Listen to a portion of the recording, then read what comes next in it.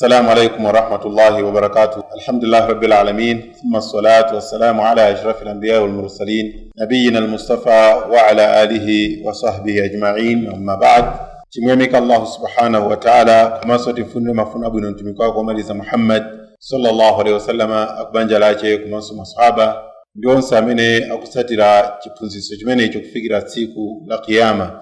Rabbi shrah li sadri wa yassir li amri wahlul 'uqdatan min lisani yafqahu qawli. Lero lino tikhala tikuyamba insha Allah ta'ala kuphunzitsana buku la Riyadh as-Salihin. Buku limeneli ndi limodzi mwa mabuku amene adalembedwa ndi An-Nawawi. Munthu ameneyu An-Nawawi dzina lake kapena kuti mmene amadziwikira kwa anthu olemba mabuku ndi Abu Zakaria Yahya bin Sharaf al-Hizami An-Nawawi Ash-Shafi'i. Kusonyeza kuti munthu amene ndithu anabadwa kudera lotchedwa kuti Nawawi. Ndipo dera limeneli ndi lotalikirana ndi ku Damascus kusimbali ya ku Syria kumeneko, lotalikirana ndi ku Damascus ndi 85 km. Komanso mmene mwamvera kuti iyeyo ndi Ash-Shafi'i, kuti adali otsatira madhhabu kapena kuti adaphunzira madrasa pansi pa ndondomeko ya Shafi'i. Ndipo munthu amene anabadwa chaka cha 631 Hijriya, pambuyo pa kusamuka kwa mtumiki wathu Muhammad sallallahu alaihi wasallama, chomwe chikufanana ndi chaka cha 1233 miladiya kuchokera ku history kapena kuti mu kalenda imene timagwiritsa ntchito. Ndipo adamwalira chaka cha 676 Hijriya, ndipo mu kalenda ya Gregory tikugwirizana ndi chaka cha 1277. Munthu ameneyu adali mmodzi mwa mafuqaha, munthu oziwa fiqhi komanso oziwa maphunziro achilankhulo, ndiponso adali ozindikira kwambiri ku mabuku kapena kuti maphunziro a hadith, ndiponso maphunziro amene amalongosola za madera komanso anthu opezeka madera amenewo amene amatchedwa kuti pachizungu biographies. Adalemba mabuku osiyanasiyana. Ndondomeko yonse ya mabuku amene adalemba ndi kumaliza ndiye kuti akukwanira 26, koma amene sanawamalize chifukwa cha kumwalira ndi 14. Ndipo ena mwa mabuku amene adalemba ameneyu ndi 40 An-Nawawi, buku lija limene timalidziwa kwambiri kuti 40 hadith. Komanso analembanso buku limene tikhale tikulilankhula lero lino insha Allah, Riyadh as-Salihin min kalami sayyidil mursalin. Komanso pali buku limene analemba Minhaji at-Talibin, komanso Rawda, ndi mabuku osiyanasiyana amenenso mwina kusogolo ngati Mulungu angatipase mphamvu ndi mwayi kuti tizatha kuwadziwa insha Allah. Umoyo wake wa An-Nawawi ndionena kuti pa nthawi imene iye adakulako kansinkhu kufika zaka 10, adapita kukakhala mu shop ya bambo ake, chifukwa bambo ake anali businessman, ndipo adali mu shop mmenemu ndi kumagulisa. Koma kuti ngakhale iyeyu adali mu shop mmene mumagulisa, sizidathe kumpangisa kuti asathe kukwaniritsa kuphunzira maphunziro a dini. Pachifukwa chimenechi adayamba kumapita ku madrasa, kumachoka kupita ku shop kupita ku madrasa, pamene nthawi yokuti iye mwina sadafike pa nsinkhu oti watha nsinkhu bwinobwino, adali ataloweza Qur'ani ya Allah subhanahu wa ta'ala, komanso ataphunzirapo kangachepe madrasa. Ndipo atafika zaka 18, Nawawi adapita ku Damascus, Damashq, kumene iye adakakhala. Ndipo kumeneko adakakhala pansi pa mphunzitsi wankulu yemwenso adali mufti wa ku Shami, mufti wa ku Syria, dzina lake Abdurrahman ibn Ibrahim al-Farazi. Ndipo anakhala ku Shami mpaka na zaka 28 kufikira pamene iye amamwalira. Koma kuti nthawi imeneyi ali bize kulemba buku komanso akuphunzira ukunso akuphunzitsa madrasa. Ndipo adali wankulu wa Darul Hadith al-Ashrafiyya, amene ndi madrasa amene anali okuzana ndi kuphunzitsa za mahadith komanso maulum ad-din. An-Nawawi sadakwatire ayi mu moyo wake, ndipo pamene amamwalira kuti ali ndi zaka zokwanira 45. Chabwino umo ndi chidule kwambiri chokhuzana ndi mlembi ameneyu komanso munthu wankulu amene buku lake likhale insha Allah tikuliphunzira komanso tikuphunzira zimene iye adalemba.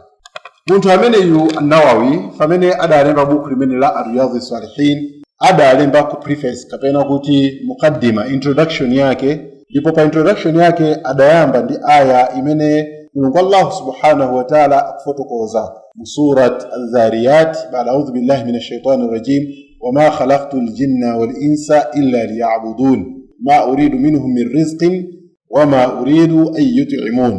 Allah subhanahu wa ta'ala akulankhula pa aya imene kuti sindidarenge ziwanda kapenanso anthu kupatulapo kuti azindipembeza.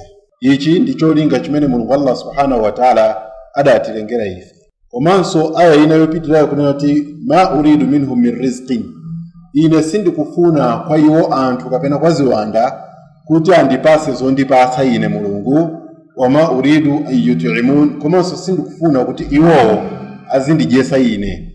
Muona kuti aya ziwiri zimenezi zikufotokoza kwambiri choyambirira cholinga chimene Mulungu Allah subhanahu wa ta'ala adatilengera ife pa dziko lapansi, komanso chinthu chachiwiri choti Mulungu Allah subhanahu wa ta'ala sakufuna kwa ife china chilichonse kuti kapena timudyetse kapenanso mwina mwake timpase zompasa ayi mphaso ndi zina zoterozo, koma kuti tizingompembeza basi Allah subhanahu wa ta'ala. Ndipo iye poyambirira ndi aya imeneyi anafuna kuti atikumbuse kuti ife pamene tonse chimene tiyenera kumayang'ana focus yathu pa dziko lapansi ndi kuti tiziyang'ana za ku akhira, tiziyang'ana zomwe zingasangalase Allahu subhanahu wa ta'ala. Ndipo chifukwa chimenechi ndi bwino kwambiri kuti anthu tizithandizana makamaka pokumbusana ndi kuuzana ndi kulangizana kuti munthu wina aliyense azizo zomwe zingathandize kuti athe kukwaniritsa zimene Mulungu Allah subhanahu wa ta'ala akufuna kwa iyeyo. Ndipo muona kuti Nawawi akupitirizanso kupereka aya imene ikukamba zokhuzana ndi kuthandizana kumeneku ba'da a'udhu billahi minash shaitani rajim wa ta'awanu 'ala al-birri wat-taqwa, kuti muzigwirizana muzithandizana pa zinthu zimene zili zabwino komanso zomopa Allah subhanahu wa ta'ala. Imeneyi ndi aya imene kupezeka mu surat Al-Maida verse yake ya namba 2. Ndipo adaperekanso mahadith osiyana-siyana amene mtumiki wathu Muhammad sallallahu alaihi wasallama adawatchula okhuzana ndi kuthandizana kumeneku. Ndipo ina mwa mahadithi ndiyoti wallahu fi auni al-abdi ma kana al-abdu fi auni akhihi, kuti Allah subhanahu wa ta'ala amamuthandiza kapena amakhala pa chithandizo cha munthu ngati munthu akwathandizanso azinzake. Komanso mtumiki wathu Muhammad sallallahu alaihi wasallama adanenanso kufunikiranso kuthandizana kumeneku polozerana zabwino, kunena kuti man dalla ala khairin falahu mithlu ajri fa'ilihi, kuti munthu amene angamulozere nzake zinthu zimene zili zabwino amapeza phindu kapena kuti malipiro ofanana ndi iye amene angachite ndi kugwirisira ntchito zimene iye wamulangiza zija. Komanso muhadisi inanso Mtumiki sallallahu alaihi wasallam ati man da'a ila hudan, munthu amene angamuitanire nzake kuchongoko, kana lahu min al-ajri mithla ujuri man tabi'ahu la yanqusuhu dhalika min ujurihim shay'an, akuti munthu amene angamulangize nzake kuchongoko yeyo amapeza malipiro ofanana ndi uyo amene wogwirisa ntchito chongoko chimenecho mopanda kupunguka kwa malipiro amenewa, mopanda kupunguka kwa malipiro amenewa kwa munthu uja amene wansatira kapena amene watsatira chongoko chimenechi, chiphunzitso chimenechi. Ndipo pali chinthu china chimene Imamu Nawawi adatiuza ndi kutithandiza makamakanso potiphunzitsa ife komanso pozipemphera iye yekha. Ndipo ananena kuti choyambirira ndaganiza zokuti ndilembe ndisonkhanise buku limene muli mahadithi amene ali asahihi ona okhaokha, komanso mahadithi akewo akhale wokuti mkati mwakemo muli njira yomwe ingathe kuthandiza mwini wake amene angawerenge mabuku amenewa kapena mahadithi amenewa imthandizire kuti apeze zabwino ku akhira. Komanso kuzera mahadithi amenewa athe kukwaniritsa kuchita maadabu kapena kuti miyambo yake imene ikulangiza mahadithi amenewa, miyambo yoonekera komanso yobisika. Ndiponso chimozimozinso mmenemo muli zinthu zina zimene zili zompangitsa munthu kuti athe kulimbikitsidwa popanga ibada, komanso alimbikitsidwe posiya kuchita zinthu zimene Mulungu Allah subhanahu wa ta'ala wazilesa.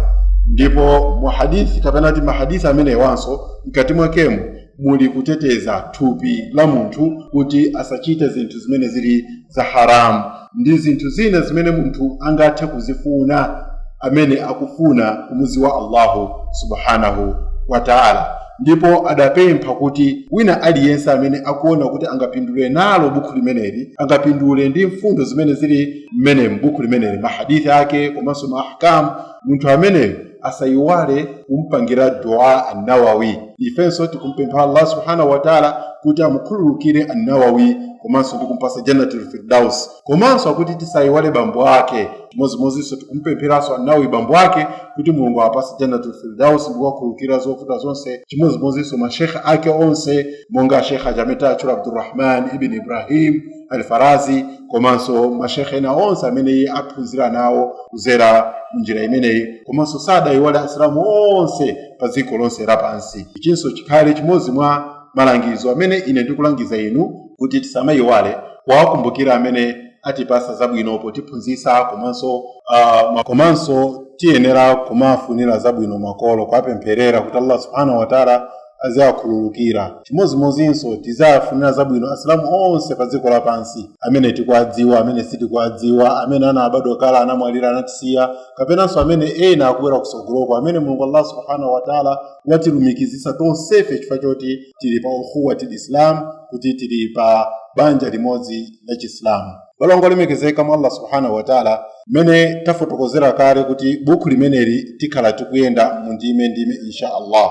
Koma buku limeneli lakhala likutanthauziridwa ndi mashekhe osiyana komanso maulama ena akale enanso anthawi zino zaposeto pompa. Ndipo sharh imene ili yabwino kwambiri ndi ya Muhammad ibn Uthaymin rahmatullahi alayhi, Mulungu ampangire chifundo, amenenso naye adatanthauzira buku limene ndipo adaliyika kukhala imodzi mwa madaris amene amaphunzitsa kusukulu yake kapena kuti kukalasi yake kumene iye amakhala. Balongo lemekezeka, choncho tiyeni tilowe buku limeneli makamaka pamutu woyamba umene babu yake kapena kuti mutu umene ukuzana ndi maadabu amma, kapena kuti malangizo ndi miyambo yomwe ili too general, miyambo imene ili ya wina aliyense. Ndipo khomo loyambirira limene wayambirira kulitsegulira an-Nawawi ndi babu al-ikhlas wa ihdharu an-niyya fi jami' al-a'mal wal aqwal al-barizati wal khafiyya. Akuti khomo lokhuzana kuchita ikhlas ndiyo kuti kuyiyeretsa ntchitoyo pofuna kunsangalatsa Allah subhanahu, kapena kuyipanga ntchitoyo kuti ikhale cholinga chake cha kupeza malipiro kuchokera kwa Allah subhanahu wa ta'ala.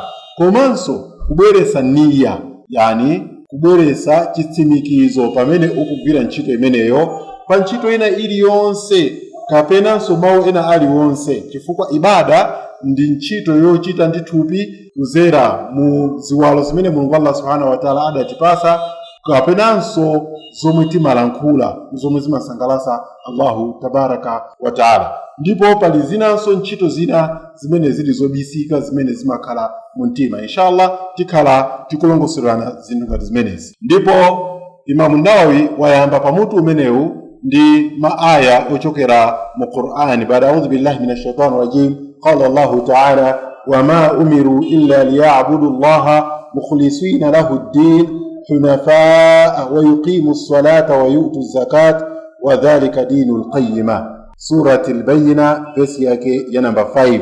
Allahu tabaraka wa ta'ala akuti iwo sadalamulidwe kupatulapo kuti ampembeze Allah mukhlisina lahu din, moyeretsera chipembezo kuti ndi zake basi, ntchito zonse kumuyeretsera kuti ndi za Allah subhanahu wa ta'ala. Wa yuqimu salat, ndi kumayimika mapemphero, wa yu'tu zakat, na maperekaso chopereka chimene chimachedwa zakat. Wa dhalika dinul qayyima, nditu imeneyo ndiye dini yeni kapena kuti dini imene ili yolondola. Tikachita choncho ndiye kuti tachita dini imene ili yolondola. Komanso waqala ta'ala, Allahu tabaraka wa ta'ala akulankhula mu Qur'ani kunena kuti lan yanala Allaha luhumuha, akuti sichingampeze tu Mulungu kapena chomwe chikumpeza Mulungu Allah subhanahu wa ta'ala si nyama yake, singampeze Mulungu nyama yake ya zozinga zake, wala dimauha, kapena mwazi wake magazi yake si amene akumpeza Allah subhanahu wa ta'ala,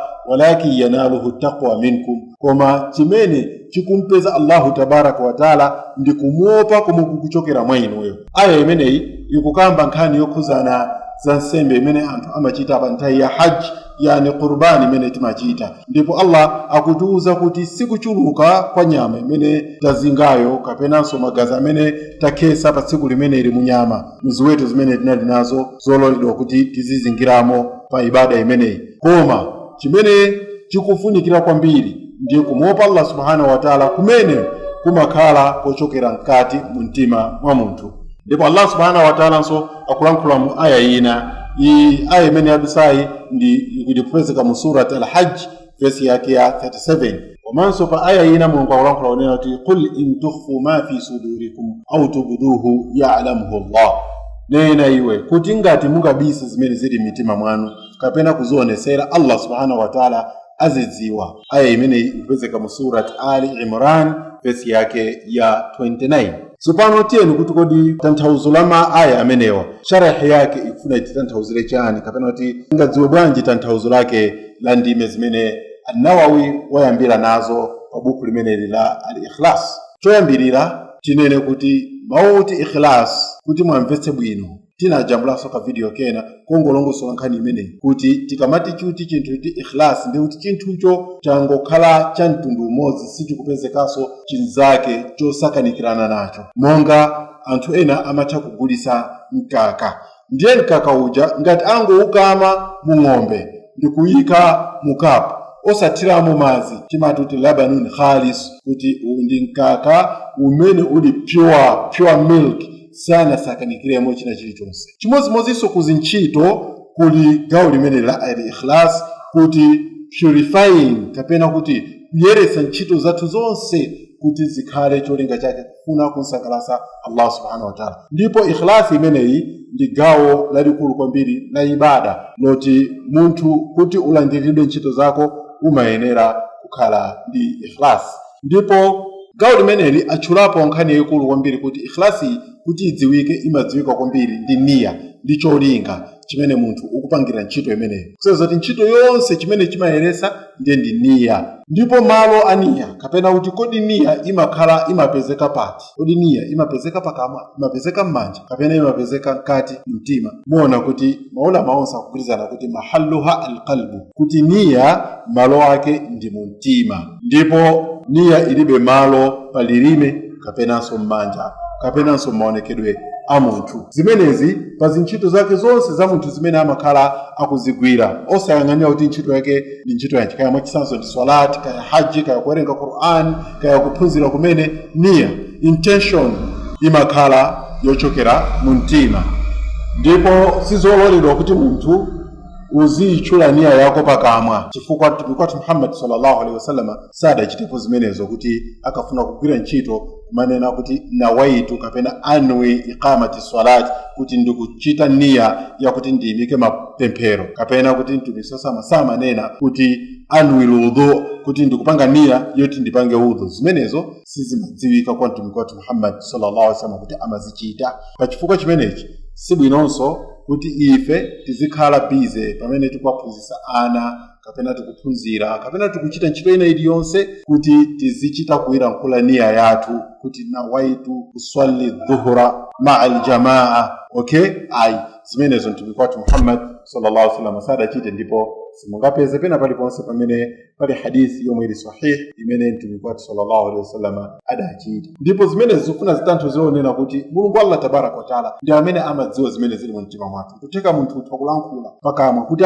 ine ndikufuna ndilankhule kapena ndikupanga niyya yakuti. Okay, koma chinthu chongati cheso chochokera mu mtima, Mulungu Allah subhanahu wa ta'ala amadziwa zimene zili mchani mu mtima. Ndiye nkuona paja pali aya imene atiuza Imam Nawawi kuti kumbusa kuti qul in tukhfu ma fi sudurikum aw tubduhu ya'lamuhu Allah, akuti nena kuti ngati mungabise zimene zili mu mtima mwanu kapenanso kuzionesera, Allah subhanahu wa ta'ala aziziwa kama mwazibisa kapenanso mwazionesera. Balongo limekezeka mwa Allah subhanahu wa ta'ala ndikuona Mulungu adatilamulira kuti cholinga cha ibada yonse ndi ikhlas, kuti wama umiru illa liya'budu Allah mukhlisina lahu din, kuti sada lamulidwa kupatulapo kuti azimpembeza Allah subhanahu wa ta'ala poyimuyeresera chipembezo chake. Yani ntchito zathu zonse zimene timagwira zicha ndiye chipembezo, ndipo yeresa ntchito zimenezo tiyenera kuti tiyike niyya imene ili yabwino. balongo lemekezeka mwa Allah subhanahu wa ta'ala ndikufuna kuti ndikukumbuse chinthu chimodzi kuti munthu ukamapanga niyya choyambirira ukamagwira ntchito ina iliyonse uzikhala ndi zinthu zitatu zimene zizikhala mu mtima mwako. Choyambirira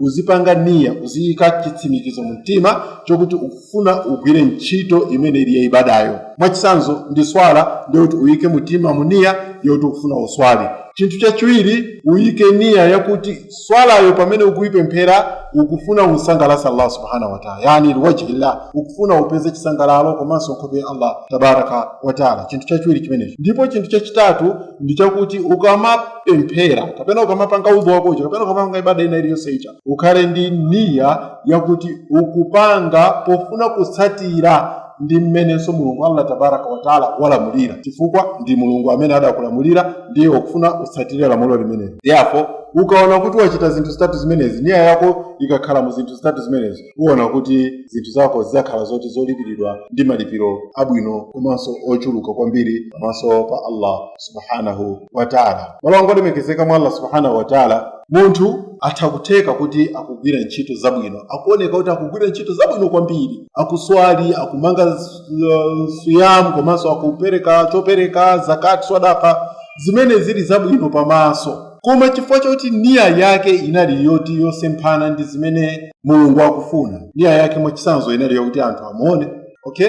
Pamenepo mudziwe kunena kuti chomwe chimachitika choti ntchito zonse zija kwa Allah subhanahu wa ta'ala zimakhala zopanda phindu. Koma ife anthu pa dziko lapansi pano titha kumamuona kuti akugwira ntchito yabwino, koma kwa Allah subhanahu wa ta'ala ndikhala kuti ntchito yake yonse ndi yopanda phindu. Choncho zomwe Mulungu amayang'ana kwa Mulungu kwa iye mu zintchito zimene tikugwira ife zabwino zija, ndiyo kuti amayang'ananso kwambiri mu mtima mwathu kuti mu mtima mwathumo muli chiyani, ndi moyera bwinobwino, tufuna kusangalala kwa Allah subhanahu wa ta'ala kapena tufuna kuwasangalatsa anthu amene tili nawo pafupi. Pa dziko lapansi pano munthu titha kumpanga jaji malingana ndi mmene akuonekera, malingana ndi zimene ife tikuziona. Ndiyo kuti munthu akamaswali timpanga jaji kuti ndi anthu amene ali oswali, koma kwa Allah subhanahu wa ta'ala chimene chingakanthandize iyeyonso pambuyo pogwira ntchito zimenezi ndi niyya imene iye adayika yabwino. M'bale wanga olemekezeka, chonde ndikupempha kuti uonesese kuti uziyika niyya yako pa ntchito ina iliyonse, ukhala niyya imene ili yabwino, kaya kumvera mawaidha ngati imene ukumvera darsi imene lesson imeneyi, kapenanso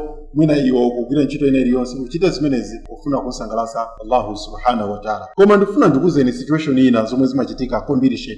Shetani amatha kufika nthawi zina ndikunena kuti iweyo tu taona mwina ukayamba kugwira ntchito yabwino uzigwira kuti auja akuone, mwina abwana anu akuoneni, kapena anthu akutameni, kapena mwina zambiri zosiyanasiyana. Shetani amabwera ndi cholinga chokuti akuchepesereni malipiro, komanso kuti akupangiseni, akugwetseni ulesi kuti musagwire ntchito ija pamaso pa Allah subhanahu wa ta'ala. Ndiye iwe chofunikira kwambiri nchakuti ukangoyika niyya kugwira ntchitoyo basi, usadandaule ndi zimene Shetani akubwerera mmutu mwako ndikumakuuza kuti usapange zimenezo chifukwa zikhala kuti ukwaonesera anthu.